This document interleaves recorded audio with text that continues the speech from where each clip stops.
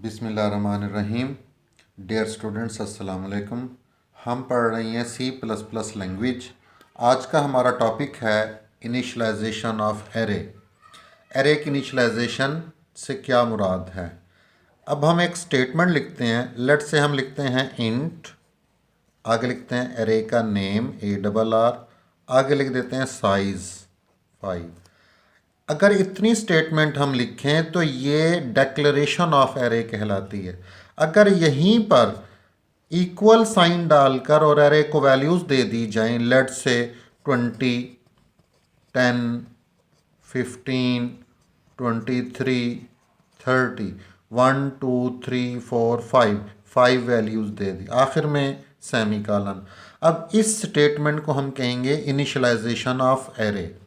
यानी हमने क्या किया, एरे की डाटा टाइप लिखी है, फिर एरे का नेम लिखा है, फिर स्क्वायर ब्रैकेट में बड़ी ब्रैकेट में एरे का साइज़ लिखा है, और फिर जितना साइज़ था उतनी वैल्यूज़ लिख दी हैं। ये याद रखिएगा, अगर एरे की डाटा टाइप इंट होगी तो यहाँ पर तमाम वैल्यूज़ इंटीजर होंगी। इससे क्या होगा, इससे एक मेमोरी के अंदर इस तरह की एक एरे क्रिएट होगी।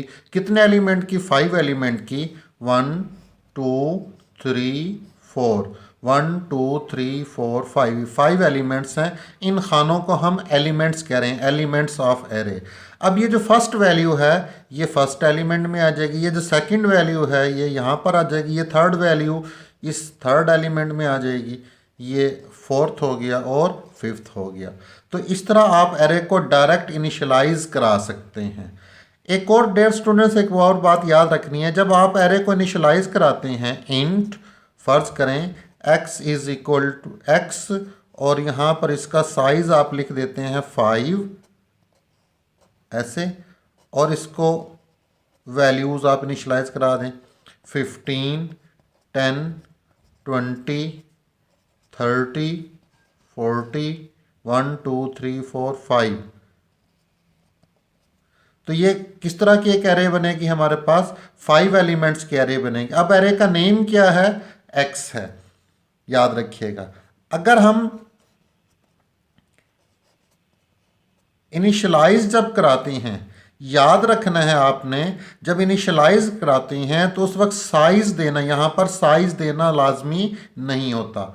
आपकी मर्जी है, यहाँ पर आप कोई नंबर लिख दें, और जब इनिशियलाइज करा रही हों जैसे 15, 10, 20, 30, 40, इनको आपने करली ब्रेसिस में लिखना है, इन वैल्यूज़ को, एरे की इन वैल्यूज़ से। इससे क्या होगा, इससे एक एरे बनेगी आपके पास ऐसे 1, 2, 3, 4, और ये 15, 10, ये 20 वैल्यू इधर, 30 इधर और 40।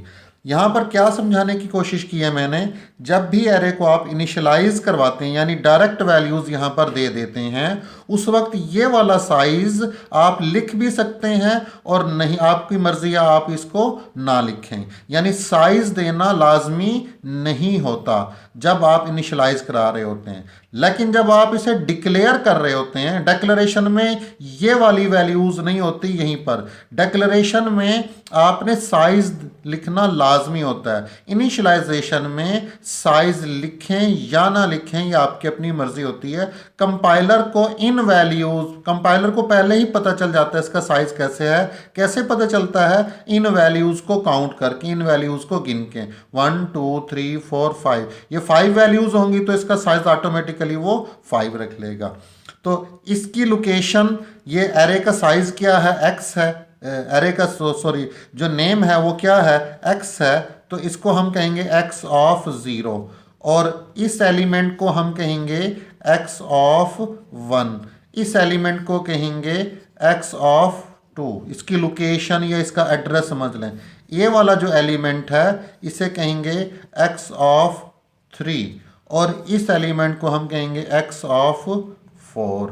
तो ये जो 0 है ये इसका इंडेक्स है, 1 इसका इंडेक्स है, ये 2 इसका इंडेक्स है, ये 3 इसका इंडेक्स है, ये 4 इसका इंडेक्स है। इसे इंडेक्स, एरे का इंडेक्स हमेशा 0 से स्टार्ट होता है। तो इस तरीके से आप एरे को वैल्यूज़ दे सकते हैं।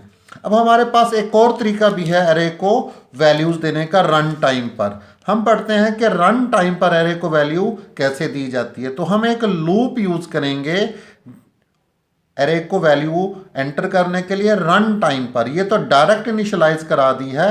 प्रीवियस लेक्चर में मैंने आपको 1 बाई 1 वैल्यूज एंटर करने का तरीका बताया था और इस लेक्चर में अब मैंने इनिशियलाइजेशन समझा दी है। अब एक और तरीका, थर्ड तरीका है हमें एरे को वैल्यू देने का, जो कि रन टाइम पर वैल्यू है। उसको एक हम प्रोग्राम से हम अंडरस्टैंड करते हैं।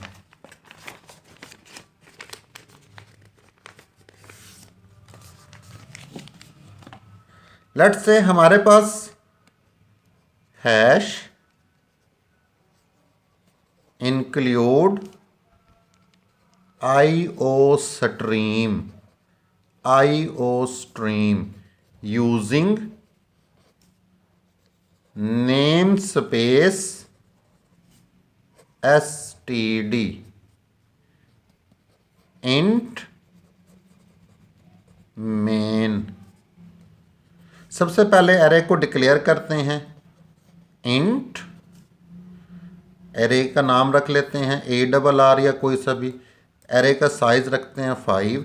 देखें डिक्लेरेशन में हमने यहाँ पर वैल्यूज़ अभी नहीं दी, तो इससे क्या होगा, एरे को एक एरे की खाली एरे रैम के अंदर क्रिएट हो जाएगी। खाली एरे रैम के अंदर यहाँ पर क्रिएट होगी। अब हम क्या करते हैं, एक यहाँ पर एक वेरिएबल ले लेते हैं i। अब हम एक फॉर लूप का इस्तेमाल करते हैं। For i is equal to 0, i is less than or equal to 4 और i प्लस प्लस, यहाँ पर करली ब्रेसेस लगा लेते हैं। सी आउट और एंटर वैल्यू, एंटर वैल्यू और सी इन ARR एरे का नाम। और डियर स्टूडेंट्स, इस ब्रैकेट के अंदर आपने ये वाला वेरिएबल लिखना है आई, लूप वेरिएबल, काउंटर वेरिएबल भी से बोलते हैं, और ये यहाँ पर। अब इतने हिस्से में हमने क्या किया, ये लूप हमने क्यों लिखी है, ये लूप हमने इसलिए लिखी है कि इसकी मदद से हम रन टाइम पर वैल्यूज़ एंटर करेंगे। अब इसी तरह हम यहाँ पर इसकी एक्सप्लेनेशन कर लेते हैं। प्रोग्राम की एग्जीक्यूशन कहाँ से स्टार्ट हो रही है, मेन फंक्शन से। यहाँ पर आएगा इंट ARR 5। इससे क्या होगा, एक मेमोरी के अंदर एक एरे क्रिएट होगी। ये हम एरे क्रिएट कर लेते हैं। याद रखिएगा, इस एरे को डिक्लेयर करने से 1 2 3 4। अब इसको हम क्या कह देंगे, ARR 0, और इस एलिमेंट को क्या कह देंगे, ARR 1। इस एलिमेंट को क्या कह देंगे, ARR 2। इस वाले एलिमेंट को ARR 3 और इस वाले एलिमेंट को हम कह देंगे ARR 4। अब होगा क्या, अब i की वैल्यू क्या है, 0 है। यहाँ पर हम लिखते हैं i इज इक्वल टू 0। ठीक है, 0 is less than or equal to 4। Dear students, को लूप को अगर आप गौर से देखें, इस लूप को हमने कहाँ से स्टार्ट किया है, 0 से। कहाँ तक चलेगी, 4 तक। इसको 0 से ही 4 तक क्यों चलाया है, 1 से 4 तक क्यों नहीं चलाया, या 2 से 10 तक क्यों नहीं चलाया? उसकी वजह ये है कि एरे का साइज है 5, तो इसका इंडेक्स कहाँ से स्टार्ट हो रहा है, 0 से, और कहाँ तक होगा, 4 तक। अगर इसलिए हमने इस लूप को भी 0 से 4 तक चलाया। एरे दोबारा सुन लीजिएगा, एरे का साइज हमने कितना लिखा हुआ है, 5। अगर एरे का साइज 5 होगा तो इस तरह की एक एरे मेमोरी में क्रिएट होगी, तो इसका जो इंडेक्स स्टार्ट होगा वो 0 से 4 तक होगा। तो हमने इसलिए इस लूप को 0 से 4 तक इस इंडेक्स के हिसाब से हमने देखना है, और इसका जो इंडेक्स है वो इसके हिसाब से है। अगर इसका साइज होगा 10, तो इसका इंडेक्स कहाँ से चलेगा, 0 से 9 तक चलेगा। तो इसलिए लूप को भी 0 से 9 तक चलाएंगे। तो अब हमने इसका साइज 5 रखा हुआ है, तो इसका इंडेक्स 0 से 4 तक है, इसलिए इस लूप को 0 से 4 तक चलाया। अब इसके एग्जीक्यूशन समझ लेते हैं कि ये फॉर लूप लिखी क्यों है, उसके लिखने से क्या होगा। तो इसके लिखने से 1 बाई 1 रन टाइम पर एक वैल्यू एंटर होगी। 1 बाई 1 रन टाइम पर एक वैल्यू एंटर होगी। i की वैल्यू क्या है, 0। 0 is less than or equal to 4 condition ट्रू, यहां पर आएगा बॉडी ऑफ लूप के अंदर। इस लाइन के लिखने से क्या होगा, एंटर वैल्यू, स्क्रीन पर प्रिंट होगा एंटर वैल्यू। सी आउट का काम होता है इसको प्रिंट करवाना। अब सी इन का काम क्या है, रन टाइम पर ये यूजर से एक वैल्यू गेट करेगी। हमने एक वैल्यू एंटर कर दी, फर्ज करें 20, ये 20 वैल्यू एंटर करेंगे, ये आएगी सीन में और सी इन देगा अरे आई को। अब आई की वैल्यू हमारे पास 0 है, आई की जगह पर अगर हम 0 पुट करें तो ये बनेगा अरे 0। तो ये जो 20 वैल्यू है सी इन में आई है, ये सी इन देगा अरे 0 को। अरे 0 हम इस वाले एलिमेंट को कह रही हैं, तो यहां पर आ जाएगा 20। इसके बाद कंप्यूटर यहां आएगा, यहां से कंप्यूटर जो है वो वापस इस लूप पर जाएगा, यहां लूप के ऐसे आई प्लस प्लस से आई की वैल्यू हो जाएगी 1। अब फिर यहां पर आएगा 1 is less than or equal to 4 condition ट्रू। जब कंडीशन ट्रू होगी कंप्यूटर बॉडी ऑफ लूप के अंदर आएगा। सी आउट से क्या करेगा, ये एंटर वैल्यू स्क्रीन पर प्रिंट कर देगा। उसके बाद कंप्यूटर यहां पर आएगा, सी इन की कमांड क्या करती है, रन टाइम पर यूजर से वैल्यू गेट करती है। हम एक वैल्यू एंटर कर देते हैं, फर्ज कर लेते हैं 15 वैल्यू एंटर की। ये 15 कहां पर आएगा, सी इन में। सी इन किसको देगा, अरे आई को देगा। अब आपने गौर करना है, आई की वैल्यू इस वक्त कितनी है, 1 है। तो अगर आई की जगह पर हम 1 लिख दें, यानी आई की वैल्यू लिख दें, तो ये बनेगा अरे 1। अरे 1 हम किसको कह रहे हैं, अरे 1 इस सेकंड एलिमेंट को कह रहे हैं, ये लिखा हुआ है अरे 1 इस सेकंड एलिमेंट को कह रहे हैं। तो ये जो 15 है ये सीन में आएगा और सी इन देगा अरे 1 को, यानी अरे आई को, और आई की वैल्यू 1 है, ये अरे 1 को, अरे 1 में आ जाएगा 15 यहाँ पर। इसके बाद कंप्यूटर यहाँ आएगा, यहाँ से वापिस जाएगा, आई प्लस प्लस से आई की वैल्यू हो जाएगी 2। फिर यहां पर आएगा 2 is less than or equal to 4 condition ट्रू। इस लाइन से क्या प्रिंट होगा स्क्रीन पर, एंटर वैल्यू प्रिंट होगा। सी इन से क्या होगा, एक वैल्यू एंटर, फर्ज कर हम वैल्यू एंटर कर देते हैं 7 लिखकर एंटर करेंगे, सी इन में आएगा और सी इन अरे आई को देगा। आई की वैल्यू इस वक्त है 2, तो ये जो 7 है सी इन में आया रन टाइम पर, वो आएगा अरे 2 में। अरे 2 इस वाले एलिमेंट को कह रहे हैं, ये लिखा हुआ यहाँ पर आ जाएगा 7। इसके बाद कंप्यूटर यहाँ आएगा, यहाँ से वापस जाएगा, आई प्लस प्लस आई की वैल्यू हो जाएगी 3। 3 is less than or equal to 4 condition ट्रू, यहाँ पर आएगा। सी आउट से क्या होगा, एंटर वैल्यू। उसके बाद कंप्यूटर सीन पे आएगा, सीन कमांड रन टाइम पर यूजर से वैल्यू गेट करेगी। लेट से वो वैल्यू है 10 लिखकर एंटर की हमने, सीन में आएगा, सीन देगा अरे आई को। अरे आई की वैल्यू क्या है हमारे पास 3। अब आई की जगह अगर हम 3 लिखें तो ये बनेगा अरे 3। अरे 3 किस एलिमेंट को कह रहे हैं, इस वाले एलिमेंट को कह रहे हैं, ये लिखा हुआ। तो ये 10 वैल्यू आएगी सीन में, सीन मिलेगी अरे 3 को, यानी ये अरे 3 में 10 वैल्यू आ गई। इसके बाद कंप्यूटर यहाँ आएगा, यहाँ से वापिस जाएगा, आई प्लस प्लस से क्या होगा, आई की वैल्यू हो जाएगी 4। 4 is less than or equal to 4 condition ट्रू, कंप्यूटर बॉडी ऑफ लूप के अंदर आएगा। इस लाइन से क्या करेगा, लिखेगा एंटर वैल्यू। हमने एक वैल्यू सी इन की कमांड क्या करेगी, यूजर से रन टाइम पर वैल्यू एंटर कराएगी। हमने वैल्यू एंटर कर दी 30 आएगी, सीन में सीन देगा अरे आई को। आई की वैल्यू इस वक्त क्या है, 4 है, तो ये बनेगा अरे 4। अरे 4 किसको कह रहे हैं, इस वाले एलिमेंट को कह रहे हैं। तो ये जो 30 है रन टाइम पर सीन में आएगा, सीन देगा अरे 4 को, तो यहां पर आएगा अरे 4 में 30।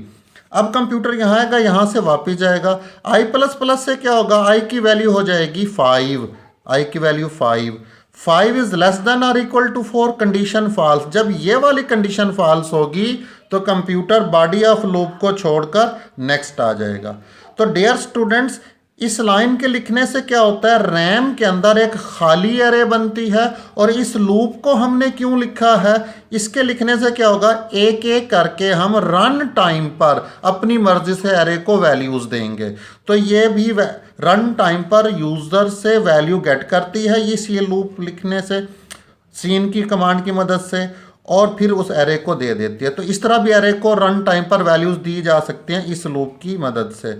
तो याद रखिएगा, इतना ये जो प्रोग्राम लिखा हुआ है, एरे के जितने भी नेक्स्ट प्रोग्राम होंगे उसमें ये तमाम कोड बार बार इस्तेमाल किया जाएगा। यानी सबसे पहले आपने एरे को डिक्लेयर करना है हर प्रोग्राम में एरे के, उसके बाद इस लूप की मदद से वैल्यूज़ देनी है, इसके बाद एरे के ऊपर मुख्तलिफ किस्म के ऑपरेशंस किए जाएंगे। मसलन कभी आपको कहा जाएगा कि इस एरे में से सबसे बड़ा number find out, maximum number find out किया करें।